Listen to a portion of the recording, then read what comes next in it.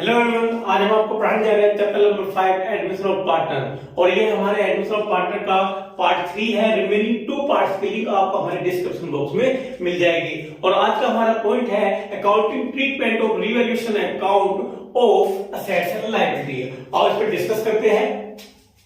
The revaluation account is prepared to bring the assets and liability of the firm to their true value and to find out the profit or loss arising therefrom.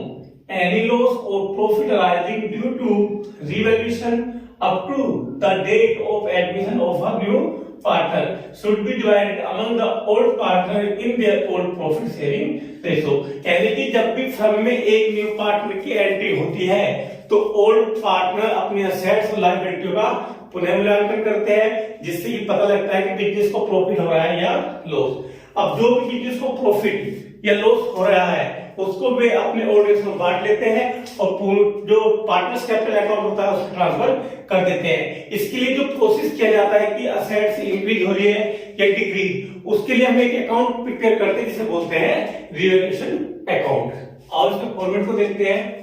Revaluation account, revaluation account debit पक्ष ये होता है, credit ये। अगर कोई भी हमारी asset decrease हो जाए तो हम उसे कौन से साइड में दिखाते हैं? रिवैल्यूएशन अकाउंट के डेबिट साइड में। अगर वही असेट इंक्रीज होती है तो हम उसे कौन से साइड में दिखाएंगे?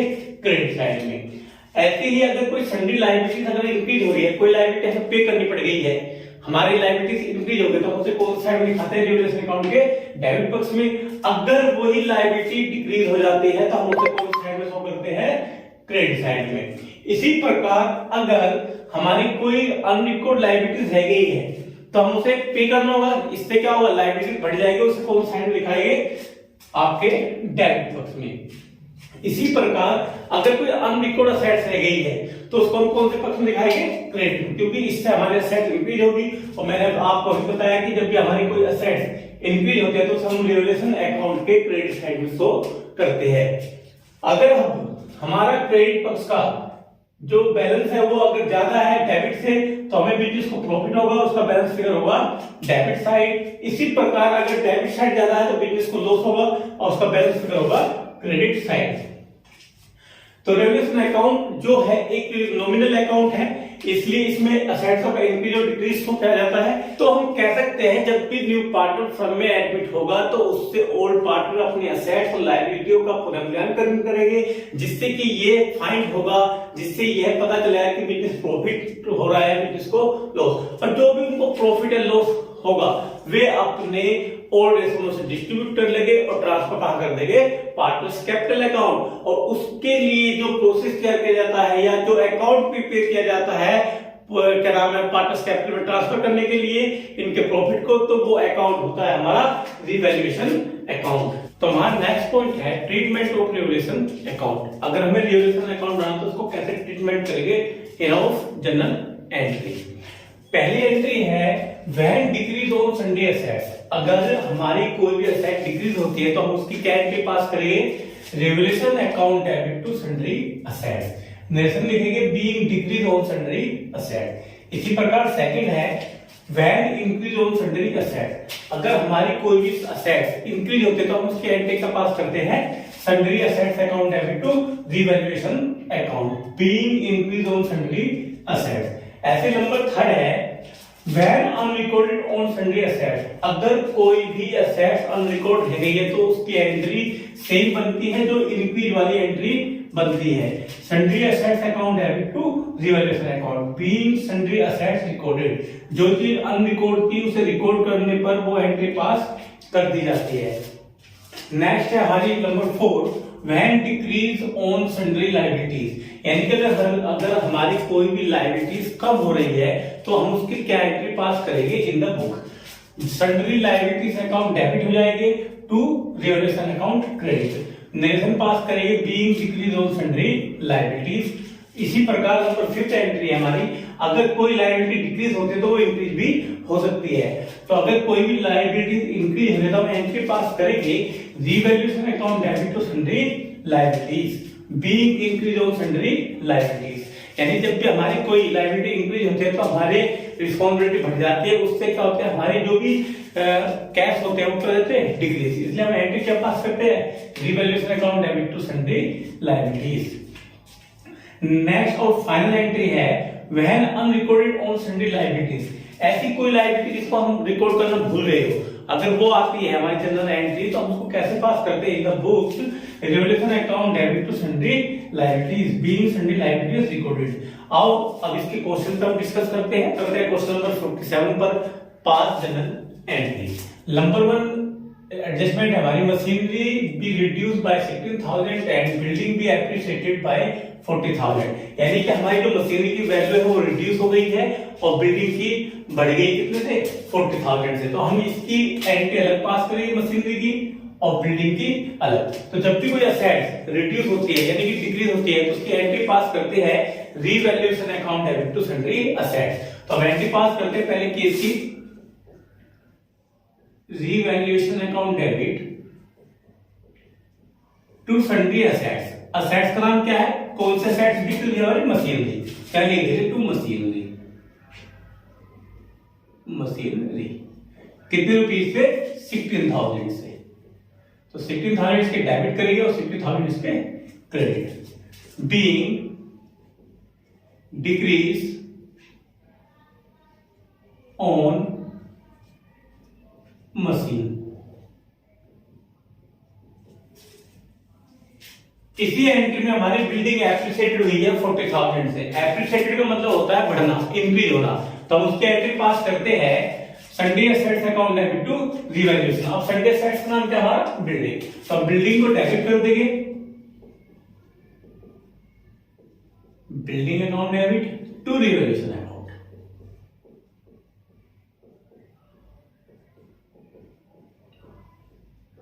Being increase on building. कितने रुपीस से, 40,000 से।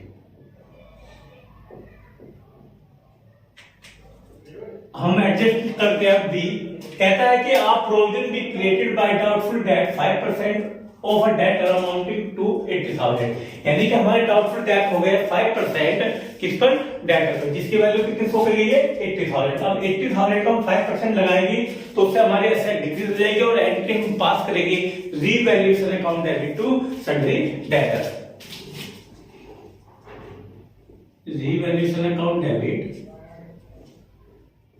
टू सन्ड्री डेटर लिखो, ये जो डेटर पे लॉस हुआ उसे लॉस लिख दो, loss on debtor.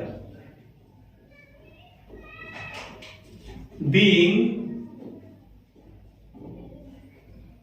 Decrease on sundry debtor. अब 40,000 का हम लगाएंगे, सॉरी 80,000 का लगाएंगे 5%, जो क्या आएगा 4,000।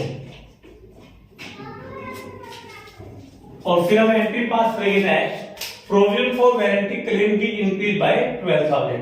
यानी कि हमारी लायबिलिटी बढ़ गई जिसकी हमें वारंटी क्लेम करना पड़ गया कितने का, 12,000 का। जब भी हमारी कोई लायबिलिटी इंक्रीज होती है तो हम एंट्री पास करते हैं revaluation account debit to sundry liabilities.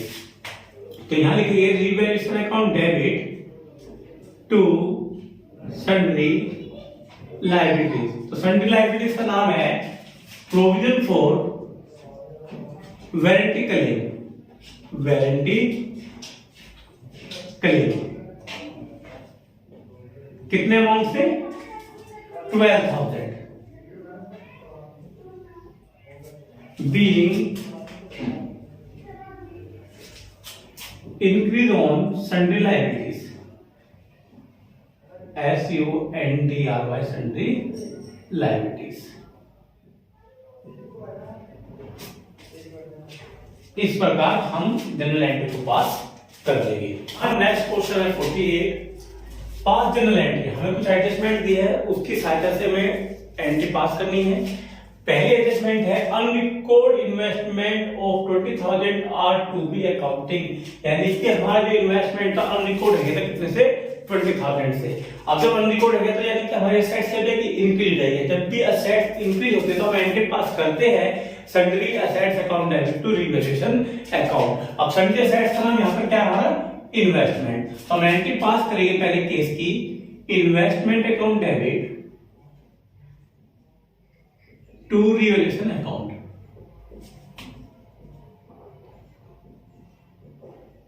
Revaluation account being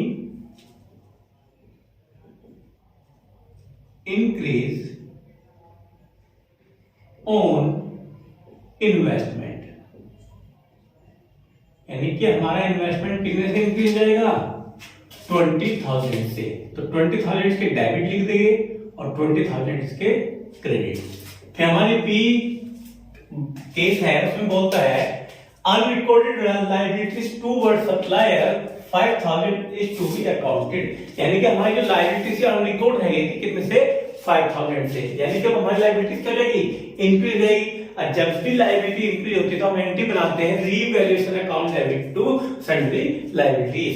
तो यहां पर सन्ड्री लायबिलिटीज का नाम को हम लिख दें creditor, revaluation account debit to sundry creditor, sundry creditor being increase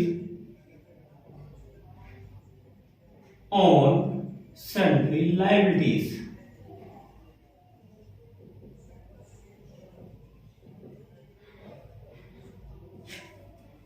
कितने रुपए से, 5,000 से।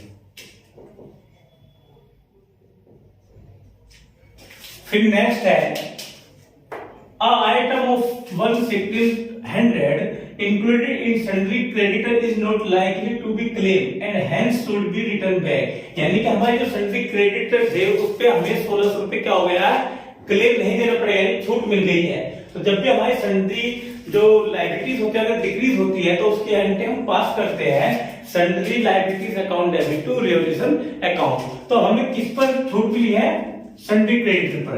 जब भी हमें कोई चीज क्या नाम है लायबिलिटीज कम क्लेम करनी पड़ जाए तो हम एंट्री बनाते हैं discount on creditor account debit to revaluation account.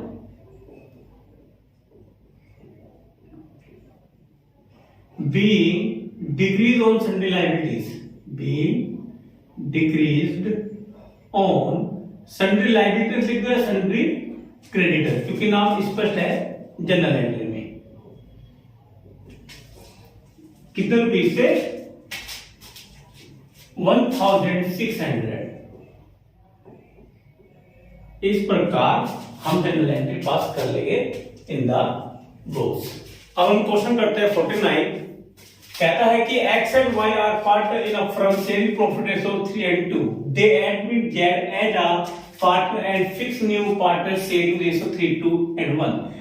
At the time of admission of Z, debtor and provision for doubtful debt 50,000 and 5,000। यानी कि हमारे जो डेटर है वो है 50,000 के और जो हमें डाउट है डेटर पे वो कितना है, 5,000।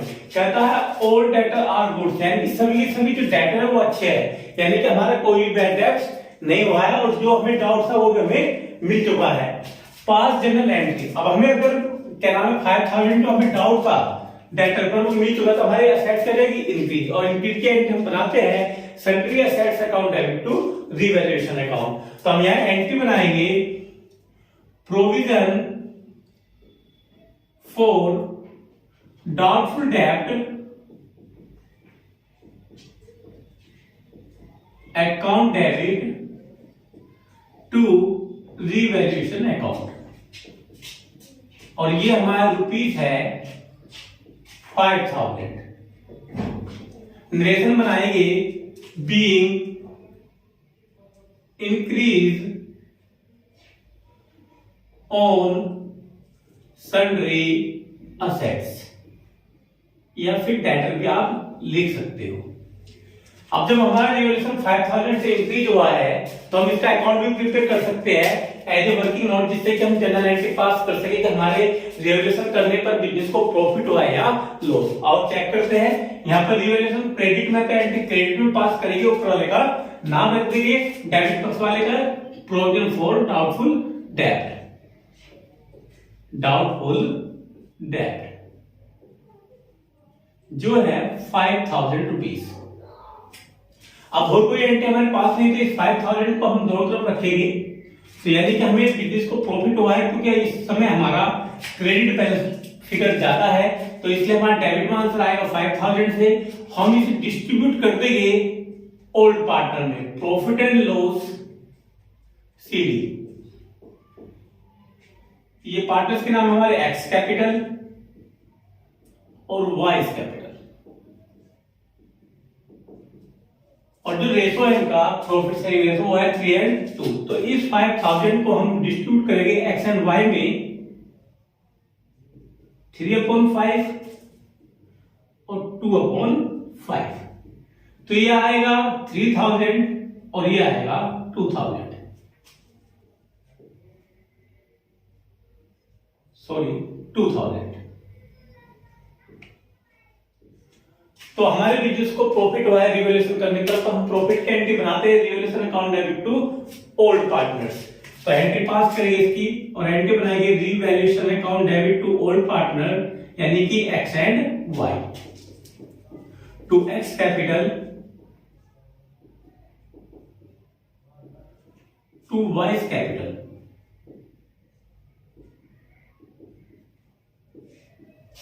Being profit made on revaluation account, being profit made on revaluation account। कितने रुपीज से है?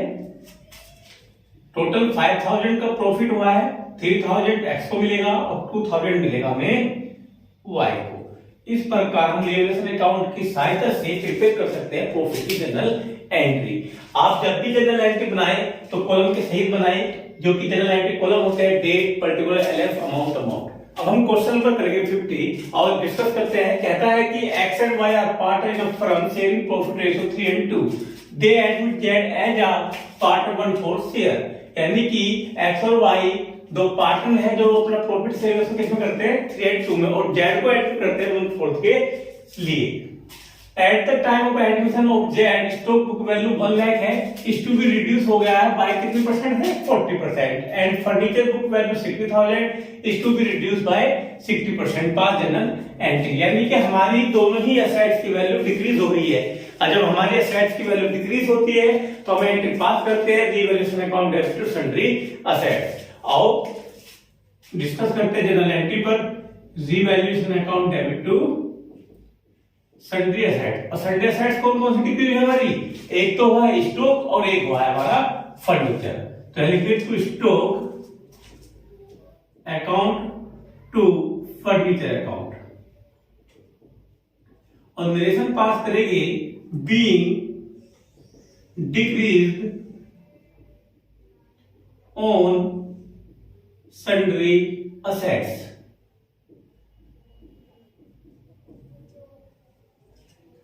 अगर हम 1 लाख का 40% लगाते हैं तो हमारा आएगा 40,000। तो स्टॉक की वैल्यू कितने रिड्यूस हो गई है 40% से, और 60,000 का अगर हम 60% रिड्यूस करते तो आता हमारा 36,000, जो कि फर्नीचर की वैल्यू डिक्रीज हो गई है। तो ये हो जाएगा टोटल 76,000। अब हम देखते हैं कि हमारा जो वैल्यू रिड्यूस हुई है इससे हमें बिजनेस में प्रॉफिट हुआ है या लॉस। इसके लिए हमें प्रिपेयर करना पड़ेगा कौन सा अकाउंट, रिवैल्यूएशन अकाउंट। तो रिवैल्यूएशन यहाँ पर डेबिट में था, डेबिट में पास करेंगे और क्रेडिट वालों के नाम आ जाएंगे to stock account 40,000, to furniture 36,000।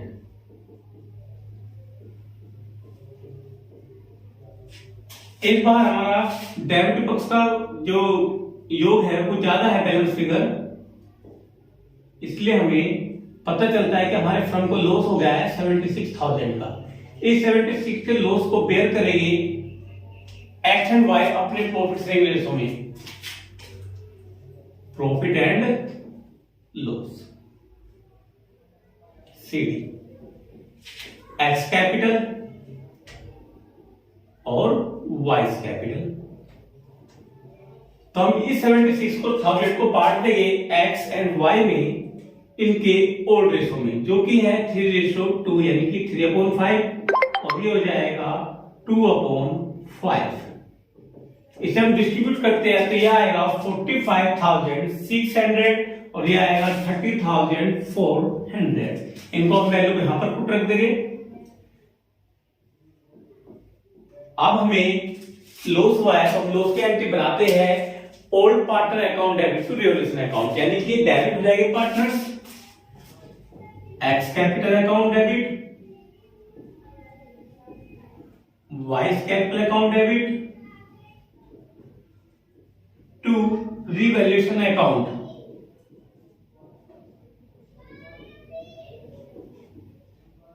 being loss made on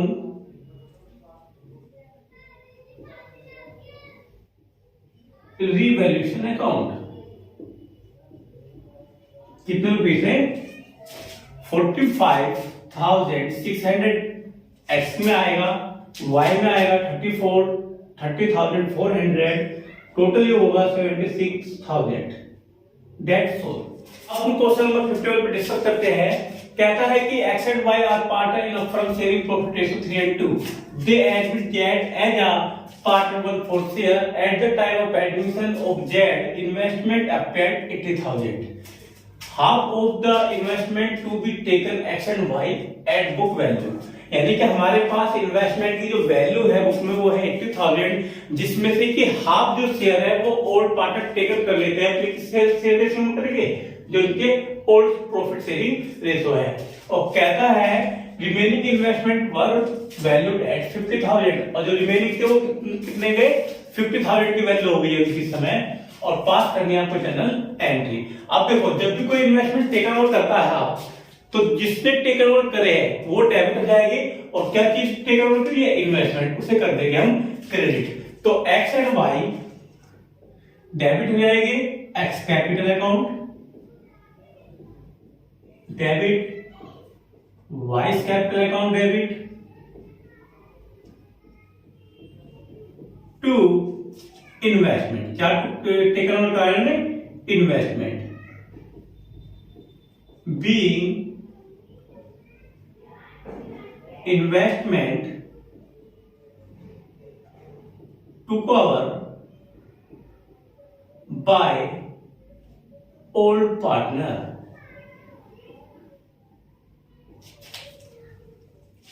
अब हाफ कराया, हाफ का मतलब है कि 80,000 का अगर हम हाफ करते हैं तो ये आता है 40,000। इस 40,000 को एक्स डिस्ट्रीब्यूट कर लेगा और वाई अपने प्रॉफिट शेयरिंग रेशो में किसमें 3:2 में। अगर हम इसे डिस्ट्रीब्यूट करें 40,000 को 3/5 और 2/5 में, तो ये आएगा 24,000 और ये आएगा 16,000। इन वैल्यू को हम यहां पर एंट्री में पुट कर देंगे। 24,000 16,000 ये जाएगा हमारा 40,000। ये हम पास कर रहे हैं क्या? General entries.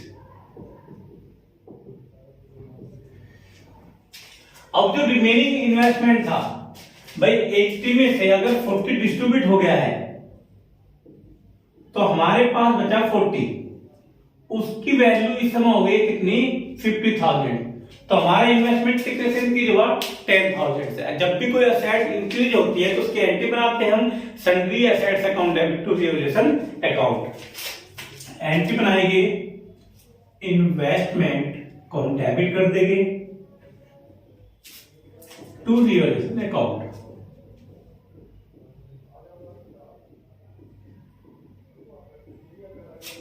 Being increase on investment. अब 40,000 की वैल्यू हमारी रहेगी तो सिर्फ 50,000 में हो गया तो कितनी वैल्यू बढ़ा हुआ? 10,000। तो यहां पर हम इनकी वैल्यू दिखाएंगे 10,000। अब इनकी सहायता से हम ये पता निकाल दें कि हमारे बिजनेस को प्रॉफिट हुआ है या लॉस। इसके लिए कौन सा अकाउंट बनाना पड़ता है? Revaluation account. तो इस वाले एंट्री में तो रिवैल्यूएशन अकाउंट ना डेबिट में ना ही क्रेडिट में, तो इसमें है कौन सी साइड? Credit side. तो एंट्री क्रेडिट पास करेंगे डेबिट वाले के नाम से बाय इन्वेस्टमेंट